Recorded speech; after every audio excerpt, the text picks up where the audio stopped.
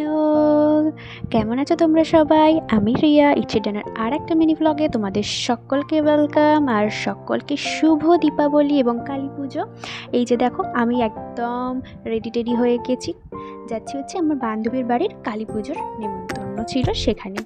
তো এই দেখো, কালী পুজোর দিন বা এই কালী পুজোর সময় আর কি বেরোলেই একটা জিনিস ভীষণ ভালো লাগে, চারিদিকে এত আলো, খুব ভালো লাগে।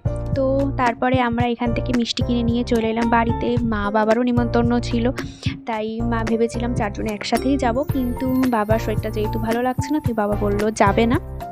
যদিও আমার বান্ধবীর বাড়ি খুবই কাছে, আর এইটা হচ্ছে আমাদের পাড়ার প্যান্ডেল। কালী পুজোটা বেশ বড় করেই হয়, আর ওই সাইডটায় প্রোগ্রাম হচ্ছিল।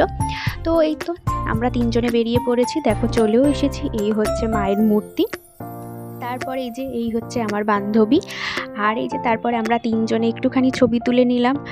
আর এদিকে আমার রং ঢঙের তো শেষ নেই। রং ঢং শেষ হওয়ার পরে আমরা এখানে খেতে বসে পড়েছি।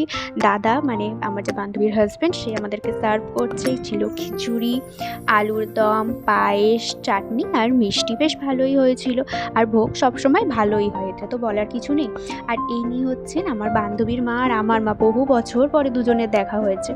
আর তারপরে এই যে খাওয়া দাওয়া করে মা এখন বাড়ি চলে যাচ্ছে, মাকে টাটা করে দিলাম। আর তারপর আমরাও এখানে হাঁটতে হাঁটতে দুজনে মিলে বাড়ি চলে আসলাম। আর তখন আমাকে দেখেছো মেকআপ করতে, আর এখন দেখো এই যে মেকআপ তোলার পাড়া, মেকআপ করতেও যতক্ষণ, তুলতেও ততক্ষণ। আজকের মতো এতটুকুই, সবাইকে টাটা।